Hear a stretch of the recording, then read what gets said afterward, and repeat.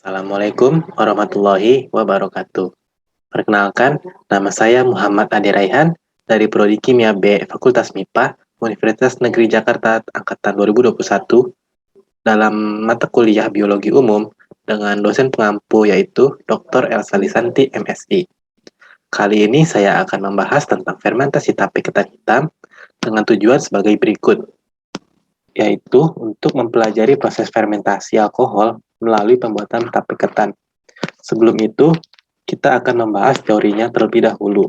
Yang pertama ada bioteknologi. Bioteknologi merupakan pemanfaatan sistem kehidupan dan organisme untuk mengembangkan atau membuat produk baru dengan memanfaatkan makhluk hidup atau hasil turunannya untuk menghasilkan atau memodifikasi produk atau proses untuk penggunaan tertentu. Lalu, bioteknologi itu terbagi menjadi dua, yaitu bioteknologi konvensional dan bioteknologi modern. Bioteknologi konvensional itu pada umumnya menggunakan mikroorganisme seperti bakteri atau jamur, sehingga biasanya kita menyebut bioteknologi konvensional itu dengan bioteknologi tradisional, sedangkan bioteknologi modern itu menggunakan alat-alat canggih atau teknologi canggih yang sudah ada. Kemudian yang selanjutnya kita bahas adalah fermentasi. Fermentasi itu merupakan salah satu bentuk dari bioteknologi konvensional karena dalam fermentasi ini kita akan menggunakan suatu mikroorganisme yang berupa jamur atau khamir. Kemudian fermentasi ini berasal dari kata bahasa Latin yang katanya adalah fervere, yang artinya mendidihkan. Kemudian, fermentasi itu adalah merupakan proses penghasilan produk dari mengubah pati menjadi alkohol. Lalu, salah satu produk makanan yang dihasilkan dari fermentasi adalah yaitu tape atau tapai. Jadi, tape atau tape yang sering kita konsumsi itu merupakan produk makanan hasil fermentasi beras ketan. Lalu, fermentasi tape. Fermentasi tape ini merupakan salah satu fermentasi alkoholik karena pada hasil dari fermentasi tersebut akan dihasilkan alkohol sebagai produk utamanya. Kemudian, fermentasi pada tape ini dibantu oleh ragi tape. Nah, ragi tapenya ini sendiri itu adalah Saccharomyces cerevisiae, yaitu untuk mengubah karbohidrat menjadi alkohol dan gula. Kelompok khamir Saccharomyces cerevisiae tersebut akan mengubah sebagian gula menjadi alkohol. Kemudian, hal tersebutlah yang menyebabkan munculnya rasa dan aroma alkohol pada tape, dan juga tekstur yang lunak dan tidak keras. Lalu selanjutnya ini adalah ada faktor-faktor yang mempengaruhi keberhasilan fermentasi. Yang pertama adalah ragi. Ragi yang digunakan sangat mempengaruhi kegiatan fermentasi. Jika jumlah ragi yang diberikan terlalu banyak, maka hasil dari fermentasi tersebut akan menjadi sangat lunak, dan sebaliknya. Jika ragi yang terlalu sedikit, hasilnya tidak akan maksimal.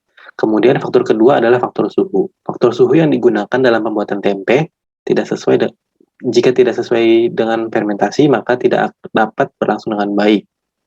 Jika suhu terlalu tinggi, mikroba pada ragi akan mati, sedangkan jika suhu pada rendah, mikroba tidak akan aktif, sehingga fermentasi tape tidak akan terjadi. Maka dari itu, suhu yang optimum saat melakukan fermentasi adalah 25-30 derajat Celcius.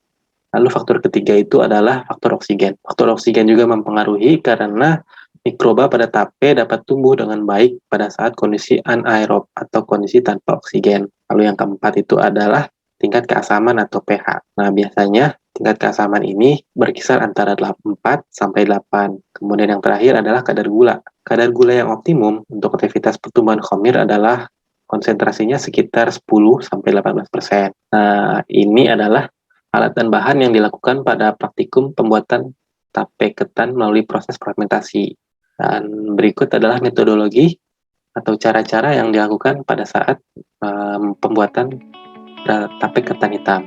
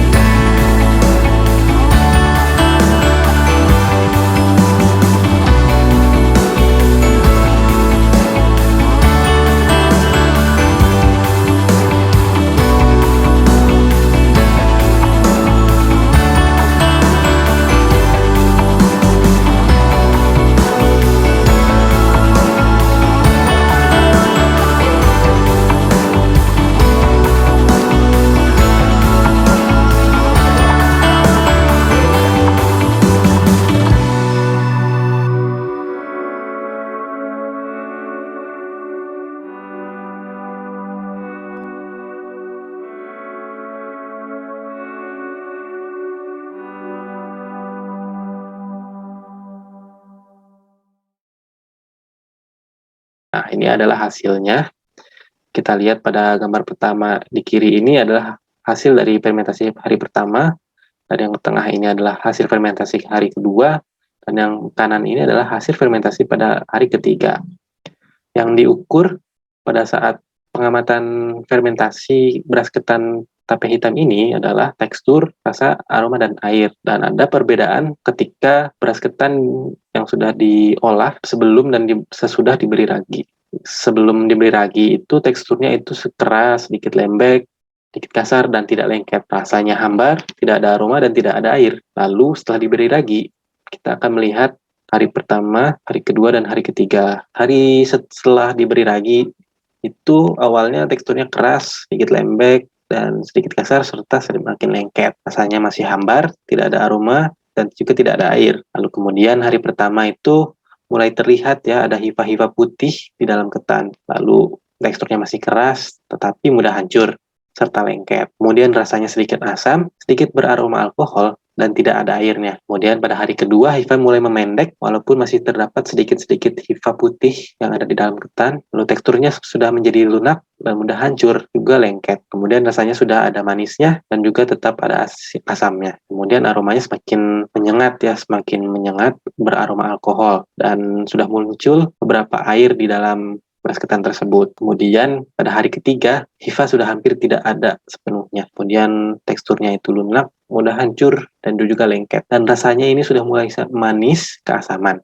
Lebih manis dan lebih asam daripada hari yang kedua. Kemudian aromanya sama, namun lebih menyengat, yaitu beraroma alkohol. Kemudian airnya juga sudah lebih banyak, bisa dilihat di bawah beras ketannya tersebut, dan juga di sekitaran ketan itu terlihat sangat berair.